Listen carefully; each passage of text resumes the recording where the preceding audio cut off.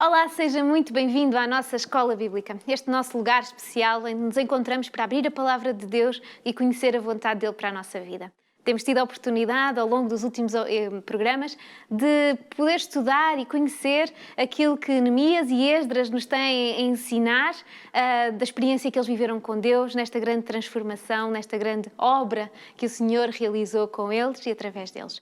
Hoje, para nos ajudar a desenvolver e a aprofundar mais sobre este tema de Neemias, tenho connosco o pastor Daniel Vicente. Pastor Daniel Vicente, obrigada por estar aqui connosco. É um prazer sempre poder colaborar e poder explanar a palavra de Deus com aqueles que nos escutam. E porque não queremos perder estes nossos preciosos tempos, estes nossos preciosos momentos, vamos já passar ao sumário de hoje. Pastor Daniel Vicente, qual é o sumário de hoje?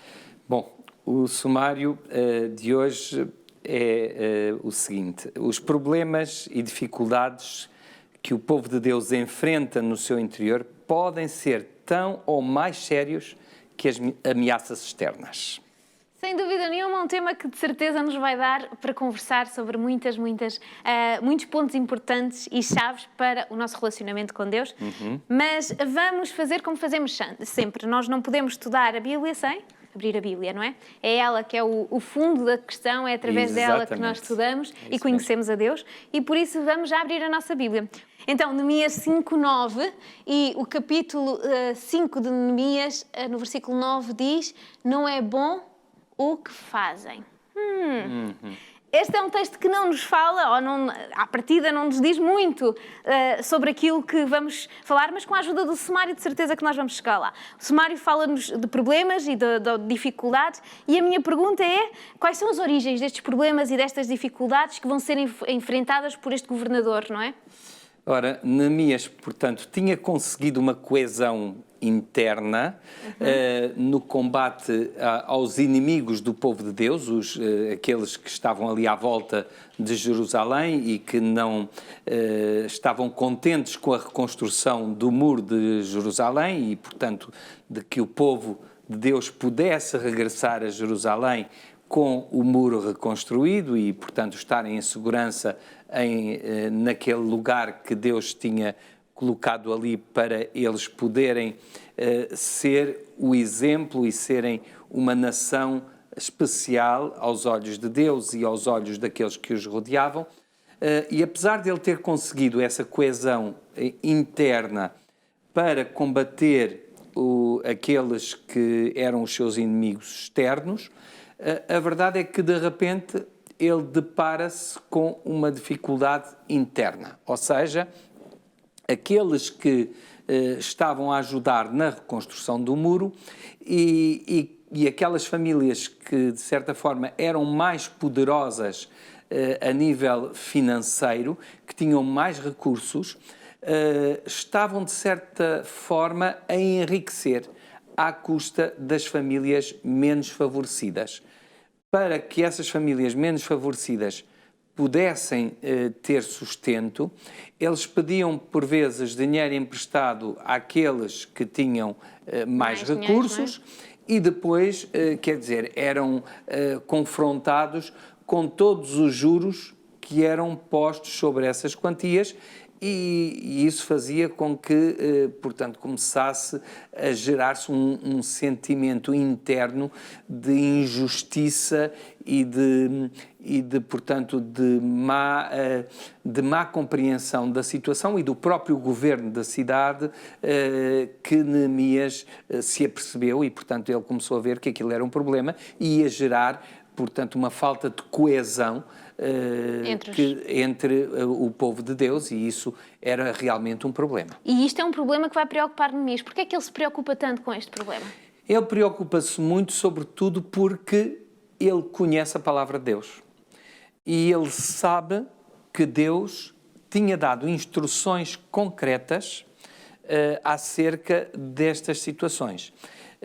Deus tinha, portanto, no livro do Êxodo, no capítulo 21, ele tinha dado instruções. Aliás, nós podemos até, talvez, ler um pouquinho aquilo que nos é dito no livro de Êxodo, no capítulo 21 e nos versos 2 e seguintes, e nós vemos que ao falar com o povo, dando as suas diretrizes para um povo que iria estar, portanto, precisamente numa terra prometida e que deveria se gerir por determinadas leis, Deus diz o seguinte: se um homem vender a sua filha como serva, ela não será liberta ao fim de 6 anos como os homens.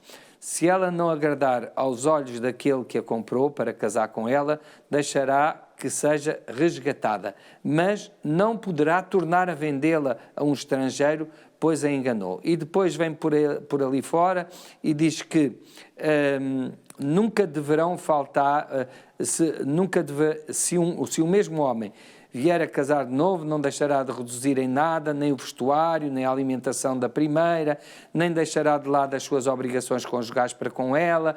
Portanto, Deus vem ali por termo aquilo que era, de certa forma, uma escravatura que poderia se prolongar no tempo. Deus diz assim, não, mesmo que seja, portanto, e sabemos que a condição da mulher naquela altura, portanto, era considerada de uma forma secundária. Deus, para que isso não acontecesse, Deus diz assim, atenção, cuidado, que estas coisas não são para se prolongarem muito no tempo. Se vocês se aproveitarem de uma situação de fraqueza de alguma pessoa e, portanto, tomarem como escravo uma mulher dessa família, atenção que depois vocês têm que permitir que haja uma situação de resgate e que essa situação não perdure no tempo. Deus tinha também dado instruções acerca da usura, que não deveria haver usura, ou seja, não deveria haver interesses sobre o valor emprestado a um irmão, a uma pessoa do povo de Israel. E tudo isto portanto, fez com que Neemias ficasse tremendamente preocupado. E dissesse assim, mas como é que é? Então, mas estas pessoas vieram da escravidão e agora estão eles próprios a fazer escravos os seus próprios irmãos, quando têm a oportunidade que Deus lhe deu de saírem de um processo de exílio, vamos lá, em que eles eram considerados menores aos olhos dos babilónicos, eles agora estão eles próprios a considerar os seus irmãos de maneira diferente e a tomarem uma posição de vantagem sobre os mais desfavorecidos. Claro que isto perturbou muito Neemias. Claro, mas Neemias teve uma solução para o problema, certo? Sim.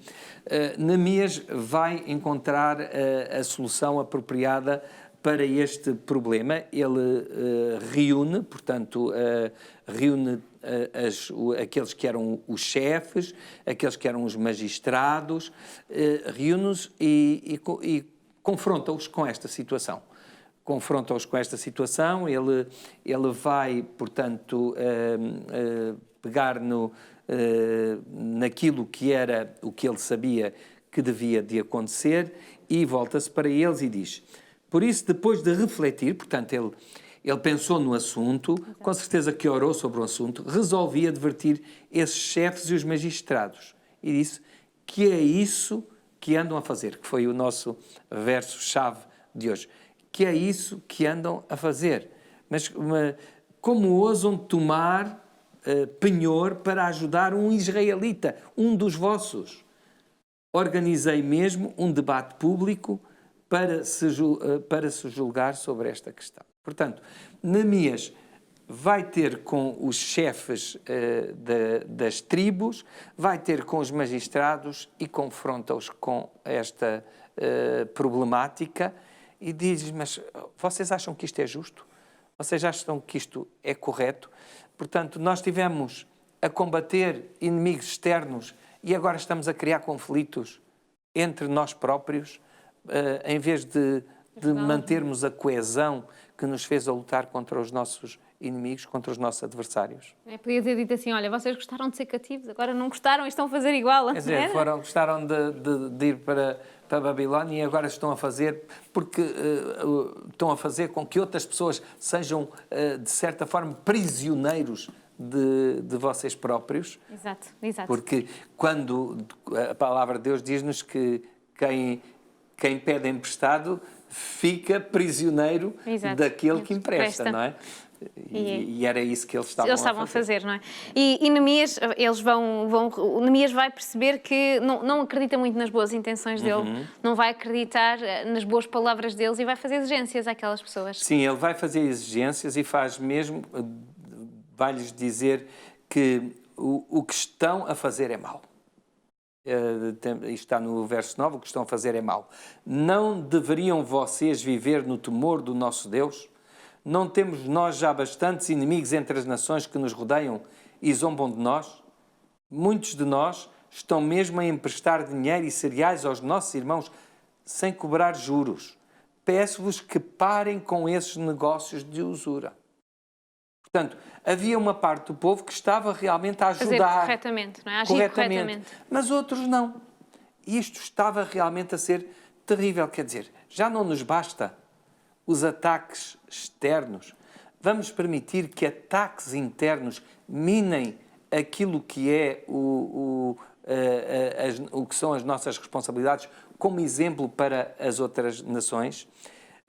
E ele diz, devolvam-lhes hoje mesmo os campos. Ou seja, ponham termo a isso, acabem com esta situação, resolvam isto como deve ser, devolvam até o dinheiro que cobraram como juros. Repara, era um esforço grande. Exatamente. Mas essas pessoas tinham bastantes recursos, portanto, não era justo, exatamente, não era justo que eles estivessem já tinham a bênção de terem os recursos que precisavam, de ainda estarem a empobrecer os outros que estavam desfavorecidos. Até porque aquilo que a Escritura nos ensina, a palavra de Deus ensina-nos a fazer ao contrário, não é? Ao contrário. A auxiliar aqueles que têm necessidade quando nós temos a mais, e eles estavam exatamente a fazer o contrário da vontade de Deus.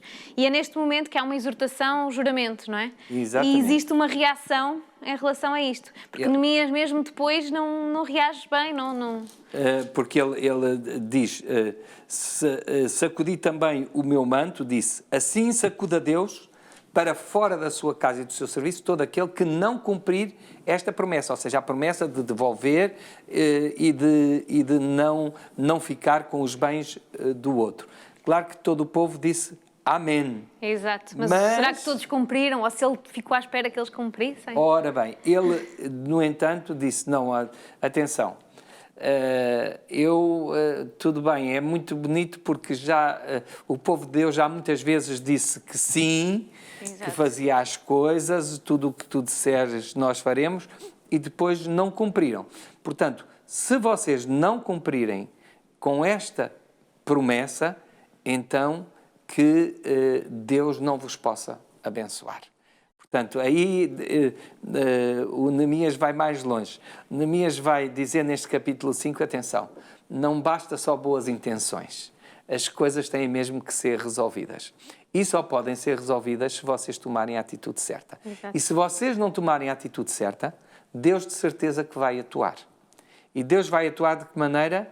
Não vos abençoando, não permitindo que, portanto, que vocês sejam abençoados.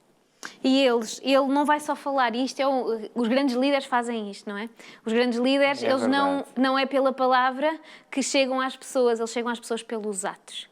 E Neemias vai ser pelos atos. Ele vai ter uma liderança dele da ação. Qual vai ser a atitude de Neemias no meio desta situação? O Neemias vai ser ele próprio a dar o exemplo. Ele não estava a tomar esta posição de cobrar usura, nem de portanto, pedir resgate pelo emprestado, mas ele vai mais longe.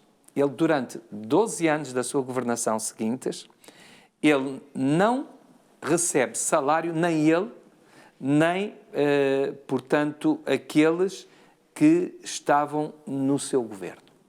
Portanto, nem ele, nem aqueles que participavam no governo da cidade receberam qualquer valor e mais, envolveram-se eles próprios no trabalho. Portanto, eles estavam a trabalhar, exato, não a recebiam nem pela governação, nem pelo trabalho em que estavam envolvidos na reconstrução do muro. Ele próprio, pessoalmente, envolveu-se nessa reconstrução do muro, dando ele exemplo e ajudando da sua própria fazenda, ou seja, dos seus próprios recursos, dos seus próprios bens, ajudando os mais necessitados. Portanto, ele dá um exemplo extraordinário daquilo que há a fazer para a coesão interna, para que os conflitos internos não minem aquilo que não conseguiram fazer os conflitos externos. Isto é maravilhoso porque é um exemplo que nós podemos tirar para nós, porque quando vemos este exemplo de Deus, vemos como Deus realizou, e através deste homem, o exemplo da fé dele em ter certeza de que a bênção de Deus vem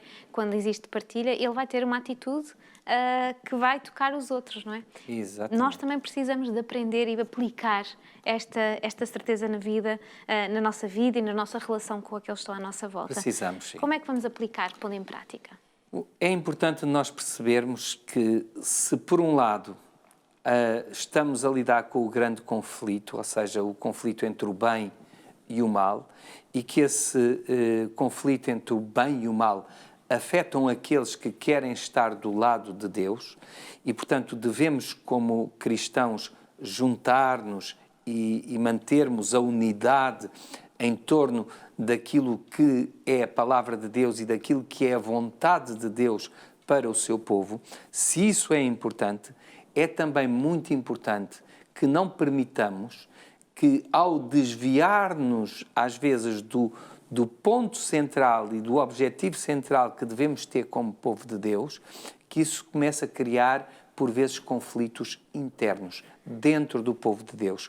O que é que eu quero dizer de forma concreta com isto? Se nós vamos, às vezes, engolir um camelo e coar um mosquito em relação seja a questões doutrinárias, seja a questões de normas, sejam a questões de regras, não estou a falar nem de princípios, nem de valores. Aí devemos ser absolutamente firmes e concretos. Mas tudo aquilo que são, por vezes, interpretações pessoais ou mesmo de grupos de pessoas que possam minar o interior das fileiras do povo de Deus, devem ser postos de lado. E nós devemos ser os primeiros a dar esse exemplo. Ou seja, não contribuir para alimentar essas situações, não contribuir para que a coesão interna possa ser minada. Devemos, é verdade, combater aquilo que são os ataques externos à verdade, mas não nos esquecermos que a palavra de Deus diz: cuidado com aqueles que vêm até vós, ao vosso interior, vestidos como ovelhas, mas sendo lobos devoradores.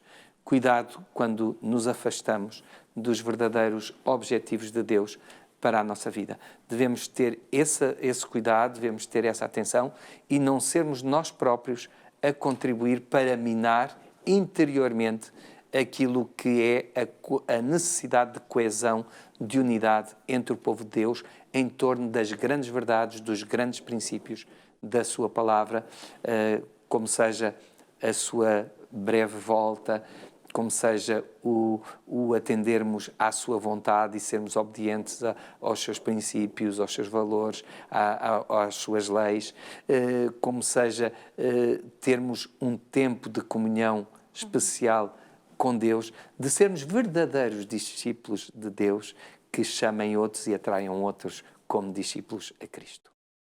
Então hoje fica aqui o nosso chamado a ter uma comunhão verdadeira, uma ligação verdadeira com Deus, uma ligação que põe de lado tudo o que seja um interesse próprio, daquelas coisas que às vezes colocamos à frente do próprio Deus, que o nosso Senhor, a nossa relação com Ele e a coesão com aqueles que estão à nossa volta possam ser a grande força do nosso dia. Sem dúvida nenhuma, uma boa lição que Neemias nos deixa, o exemplo que ele nos deixa, um exemplo prático, e talvez um convite a que também nós tenhamos uma ação prática e possamos ser como Neemias, agarrar naquilo que o Senhor nos dá e nos ensina e pô-lo em prática em primeiro lugar na nossa vida.